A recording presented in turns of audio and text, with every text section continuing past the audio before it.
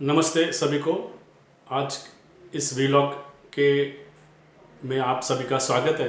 आज के वीलॉग के जो विषय है, तो आज सैटरडे और 15 मार्च है। तो पिछले हफ्ते में जो ट्रेंडिंग इश्यूज रहे, तो उसका ये हम लोग आज चर्चा यहाँ पे करेंगे। तो इसमें जो सबसे पहला जो इशू है, तो वो है कि यूएस टैरिफ इशू, मतलब यूएस इंपोर्ट एक्सपोर्ट जो ड्यूटी जो अमेरिका प्रशासन ने, डोनाल्ड ट्रंप प्रशासन ने लगाई है, उसके बारे में एक मुद्दा सामने आ रहा है कि यूरोपियन यूनियन जो देश है, सभी यूरोपियन देश जो बहुत बड़े पैमाने पे यूरोपियन वाइन्स अमेरिका में भेजते हैं, उसके ऊपर अमेरिका 200% तक के एक्सपोर्ट ड्यूटी लगाने वाला है। और दूसरी तरफ वो जो माल वो अमेरिकन वाइन्स जो है वो यूरोप में बहुत ज़्यादा पॉपुलर है।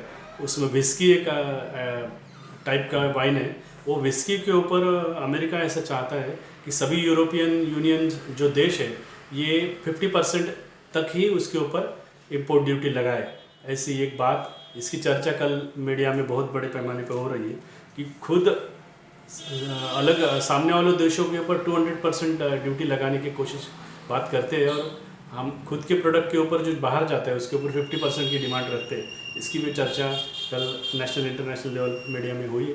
दूसरी बात, इसमें यूक्रेन और रशिया का जो वार न्यूज़ है, उसमें एक बहुत सारी बातें आगे आई है कि जो सीज़ फायर का प्रपोज़ल यूएस द्वारा, यूनाइटेड स्टेट्स द्वारा रशिया को और यूक्रेन को दिया गया है, तो यूक्रेन ने तो वो सीज़ फायर का जो प्रपोज़ल है वो तो एक्सेप्ट कर लिया है, लेकिन जो रशिया है वो उसको एक्सेप्ट नहीं कर रहा है। उसका ऐसा मानना है, उसका ऐसा कहना है कि हम लोग इसको परमानेंट इस वार को बंद करना चाहते हैं, लेकिन हमारी कंडीशंस है, उन कंडीशंस को उन्होंने सामने रखा है। तो कंडीशंस जो है कि जो नाटो जो देश है, नाटो जो अलग अलग देशों की जो संगठना होती है, मिलिट्री संगठना, उसका अस्तित्व यूक्रेन में है, और वो यूक्रेन की तरफ से रशिया के खिलाफ वो लड़ाई करते हैं, तो उसको नाटो फोर्सेस को वहाँ से हटाया जाए, ये एक कंडीशन है।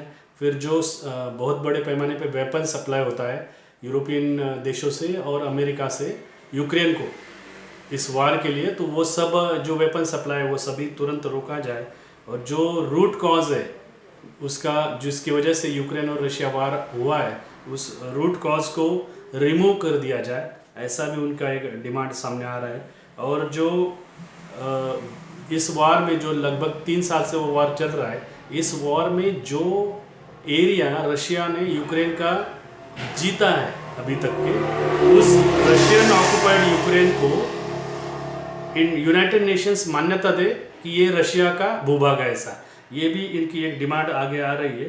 तो इन सब डिमांड के बारे में जो यूएस प्रेसिडेंट डोनाल्ड ट्रंप है वो कैसे सोचते हैं, ये भी देखने वाली बात रहेगी अभी। और बल्कि जो यूक्रेनियन प्रेसिडेंट है वोलोदिमीर ज़ेलेंस्की, इनका ऐसा कहना है कि रशिया ये सीज़ फायर नहीं चाहता है और ये अलग अलग बहाने कर रहा है। उसमें उनका यूक्रेन का ऐसे डिमांड है, एक बात ऐसी यूक्रेन की कि यूएस, यूनाइटेड स्टेट्स खुलकर ये बात बोले रशिया को कि आप अगर शांति चाहते हो तो शांति मिलेगी, आप अगर शांति नहीं चाहते हो तो वो वैसा भी हम लोग तैयार हैं। मतलब ये सीधा सीधा ये बड़ा वार होने की दिशा में भी यूक्रेन ये बात रख रहा है। तो अभी इसके ऊपर यूएस प्रेसिडेंट डोनाल्ड ट्रंप किस दिशा में अपनी बात रखते हैं, ये भी देखने के लिए एक देखने की बात रहेगी।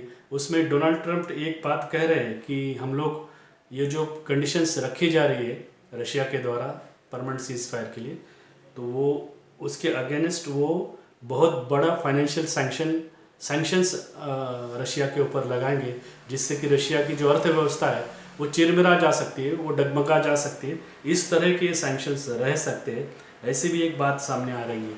तो ये 2 इंटरनेशनल न्यूज़ रहे। और तीसरा जो एक नेशनल लेवल पे न्यूज़ चल रहा है, तो उसमें जो बुद्धगया टेम्पल एक्ट 1949 को जो हटाने का एक आंदोलन और एक धरने प्रदर्शन निवेदन कुछ बहुत सारे संगठनों द्वारा दिया जा रहा है। उसमें महाराष्ट्र में वंचित बहुजन आघाड़ी है, प्रकाश अंबेडकर जी के नेतृत्व में, इन्होंने और जो भारतीय बौद्ध महासभा है, बुद्धिस्ट सोसाइटी ऑफ इंडिया, और इन्होंने ये नेशनल इंटरनेशनल लेवल पर, इस नेशनल लेवल पर, स्टेट लेवल पर इसके खिलाफ मोर्चा खोला है और बहुत बड़े पैमाने पर जिलाधिकारियों को निवेदन दिया जा रहा है।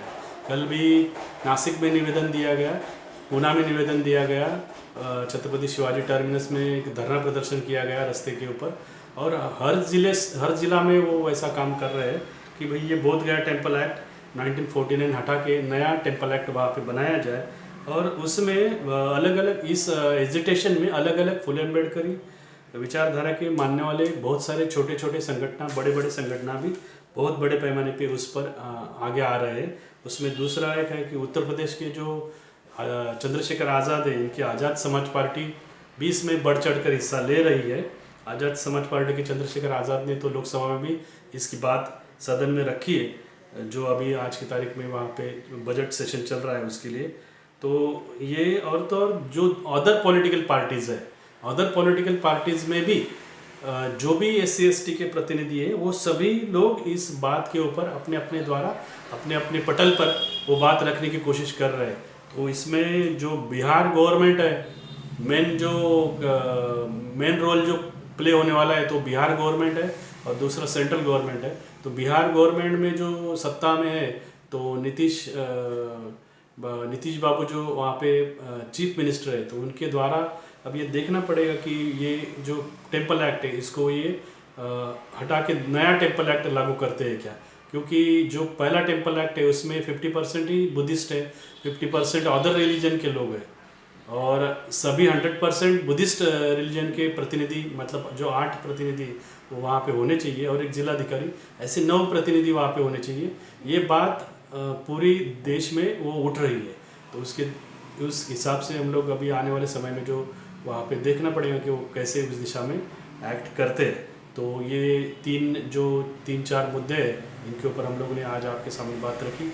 आप हमारे इस YouTube चैनल को सब्सक्राइब करिए, और जो इसका बेल आइकन का बटन है, वो बेल आइकन का बटन आप अगर दबाते हैं तभी हम लोग कुछ नया अच्छा ही वीडियो जब डालेंगे तो आपको उसकी नोटिफिकेशन तुरंत मिलेंगी और आपको वो देखते आएगा।